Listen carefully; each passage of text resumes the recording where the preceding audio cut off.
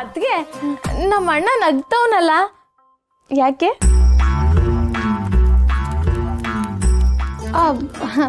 ಅಯ್ಯೋ, ಅಳ್ತಿದ್ರೆ ಯಾಕೆ ಅಂತ ಕೇಳ್ಬೋದಪ್ಪ. ನಿಮ್ಮ ಅಣ್ಣ ಅಷ್ಟೇ ಚೆನ್ನಾಗಿ ನಗಾಡ್ತಿರ್ತಾನಲ್ಲ, ನೀನು ಯಾಕೆ ಅಂತ ಕೇಳ್ತಿಯಲ್ಲ ರಾಣಿ? ಅದೇ ನಾನು ಅನ್ಕಂಡೆ, ಯಾವತ್ತೂ ಕಾಲು ಎಳೆದಿರೋ ನಮ್ಮ ರಾಣಿ ಯಾಕೆ ಕಾಲು ಎಳಿತಾವಳೆ ಅಂತವ. ಅದು ನನ್ ಕಣ್ಣಾರ ನೋಡ್ಬಿಟ್ನಲ್ಲ, ಅದಕ್ಕೆ. ಏನ ಜೋಳ ಬಿಡ ಬಿಡ ಬಿಡ ಬಿಡ ಬಿಡ ಬಿಡ. ರಾಣಿ, ನನ್ನ ಬಂಗಾರದ ಪದಕ.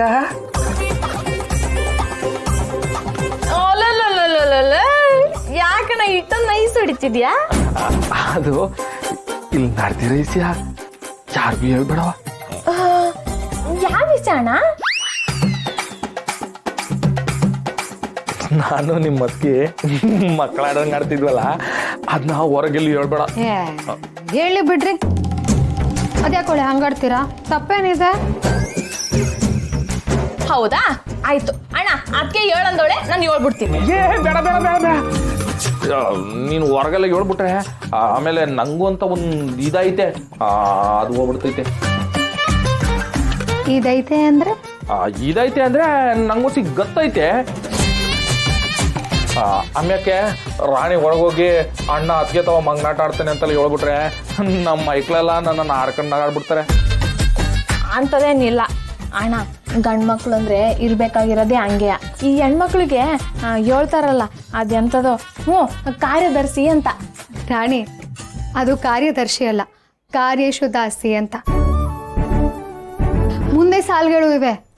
ಕರಣೇಶು ಮಂತ್ರಿ, ಭೋಜೇಶು ಮಾತಾ, ಶಯನೇಶು ರಂಭ, ರೂಪೇಶು ಲಕ್ಷ್ಮಿ, ಕ್ಷಮೆಯಾ ಧರಿತ್ರಿ ಅಂತ. ಹಂಗೆಯ.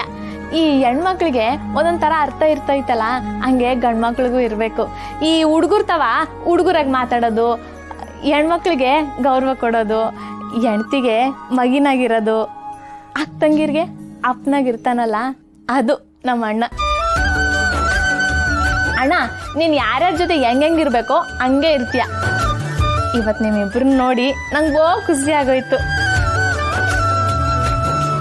ಗಂಡ ಹೆಣ್ರಂದ್ರೆ ನಿಮ್ಮ ಥರ ಇರಬೇಕು. ನನ್ನ ಮದುವೆ ಆದ್ಮೇಲೆ ನಾನು ನನ್ನ ಗಂಡನ ಜೊತೆ ಹಿಂಗೆ ಇರಬೇಕು ಅಂತ ಆಸೆ.